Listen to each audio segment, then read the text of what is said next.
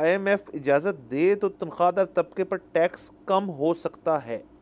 अच्छा, अब ये जो बयान है सर, ये स्टेम करता है इस चीज़ से कि पिछले बजट जिसको हमने यहाँ बैठ के बड़े एपिसोड लगा के उसको हमने डायसेक्ट किया था, लेकिन उसके अंदर हम घूम फिर के एक ही बात पे आते थे कि जी के वो बड़ी सादी सी बात कि जी तनख्वाहदार तबके पे टैक्स इतना ज़्यादा लग चुका है कि वो मज़ीद पिस रहा है।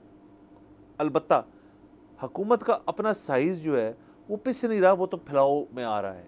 तो ये जो एक डिस्पैरिटी है, इसके बारे में इस बजट में कुछ नहीं किया गया। फिर हमें बताया गया जी कि ये IMF जो है, ये उनकी कड़ी से कड़ी शराइत में से सबसे ये मेन थी कि जी आप टैक्सेशन पॉलिसीज़ जो हैं उनको और स्ट्रिक्ट करें फॉर सैलरीड क्लास, और ज़ाहिर है उससे वो दबे भी पिसे भी। फिर ये बात भी छिड़ी कि जी उनकी जो सैलरी होगी, जो टैक्सेबल होगी, वो टैक्स कर देंगे, और जो उनका मालिक का सेठ है वो उनको बाकी कैश में शायद दे दे।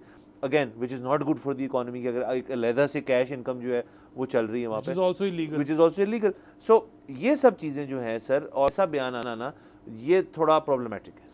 ये बहुत ज़्यादा प्रॉब्लमेटिक है। इसमें आप एक चीज़ ये भी ऐड कर लें कि इस वक्त तकरीबन एक ये जो है ना, हर बंदा ये बात कह रहा है कि हुकूमत IMF के पास एक और सिफारिश लेके जाने लगी है कि जी हमारे इस वक्त रियल इस्टेट बहुत नीचे है, उसको ऊपर लाने के लिए हमें उसमें बहुत सी शराइत को नरम करने की ज़रूरत है, जिनमें से एक ये है कि 5 या 10 करोड़ की प्रॉपर्टी की परचेज़ पे ये ना पूछा जाए कि ये पैसे कहाँ से आए।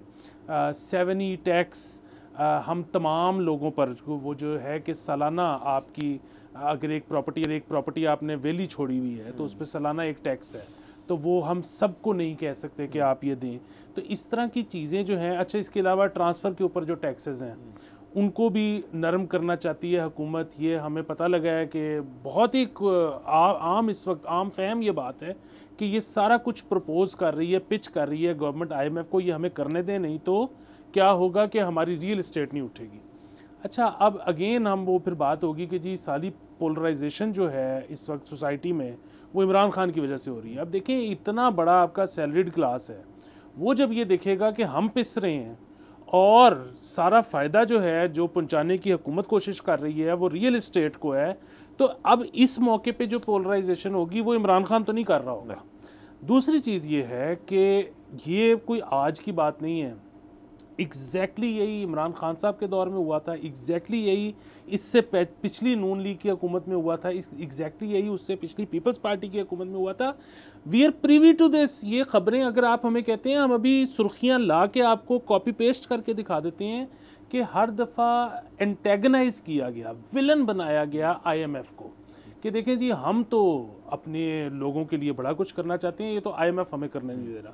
देखें, एक तो ये कि अगर IMF इतना बुरा है तो आप उसके पास ना जाएं, वो तो नहीं आपको कहता कि आप मेरे पास आएँ, ठीक है। आप अभी हुकूमत ने पिछले हफ्ते में कमर्शियल बैंक से UAE में 2 कमर्शियल बैंक से लोन उठाया है 6% पे।